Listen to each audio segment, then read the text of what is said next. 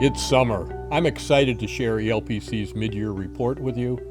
I hope you've had a chance to get outside and enjoy nature. My family and I just returned from a terrific trip. We were in the Apostle Islands, Isle Royale National Park. We hiked, we biked, we paddled. And I hope you have some time this summer to refresh, to rejuvenate and relax just a little bit. Protecting the Midwest wild and natural places is a top ELPC priority.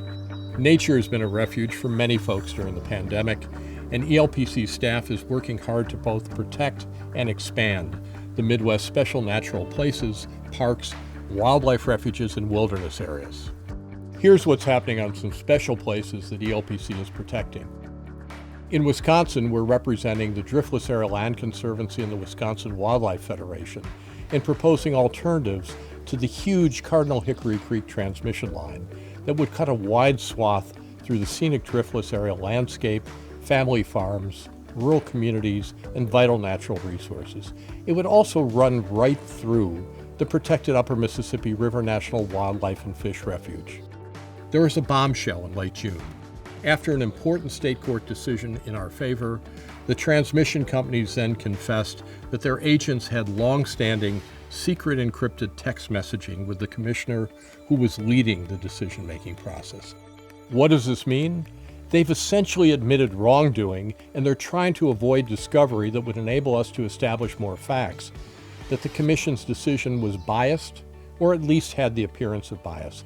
And what the circuit court has said is that bias constitutes a due process violation, it taints the commission's decision-making, and it leads to invalidating the commission's approval. And that's really important in this case.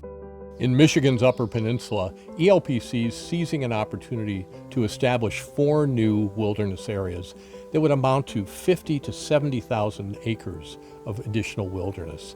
That wilderness area designation establishes a very high level of federal protection for ecological systems, for wildlife habitat, and for outdoor recreation that all of us can enjoy. ELPC staff has built a 70-group coalition advocating to expand these wilderness areas. Take a look at keeptheupwild.com. ELPC has had 2 big victories protecting the Great Lakes, the largest freshwater body in the world that supplies safe, clean drinking water to 40 million people in the U.S. and Canada. First, ELPC's effective and persistent strategic advocacy paid off in a big victory, protecting the Thunder Bay National Marine Sanctuary in Lake Huron. 4 years ago, the Trump administration officially announced its review and proposed to cut the size of the Thunder Bay National Marine Sanctuary by 90% and open it up to oil and gas drilling. ELPC built an environmental and bipartisan governmental coalition and campaigned against this misguided proposal. We won. The Biden administration stopped this foolish cutback, and the Thunder Bay National Marine Sanctuary is protected. Our Great Lakes victory became the key national precedent, leveraging protection for 10 other threatened national marine sanctuaries and national marine monuments. It's now a springboard for the new proposed Lake Michigan National Marine Sanctuary off the Wisconsin shore. Second, the Great Lakes Restoration Initiative is a program that we worked very closely with President Obama to create. And it's been a successful bipartisan program. So what's happened over the last year is really pretty terrific.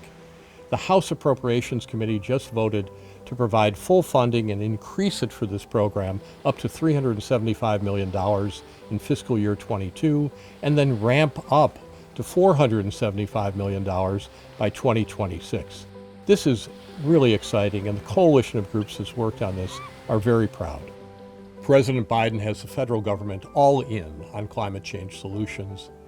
That's great. It's also very necessary as we're looking at the wildfires, heat waves, and droughts that are happening this summer. ELPC is all in supporting sound science for taking climate change actions now. There's so much more I could say about ELPC's progress. Here are some quick summaries of things we're getting done. ELPC attorneys are in court working to clean up Lake Erie. What's needed? Reduce the manure and fertilizer runoff pollution that causes recurring toxic algae outbreaks, reduce it by at least 40% by 2025. ELPC is challenging the Line 5 and Line 3 oil pipelines in Michigan and Minnesota in order to protect clean water.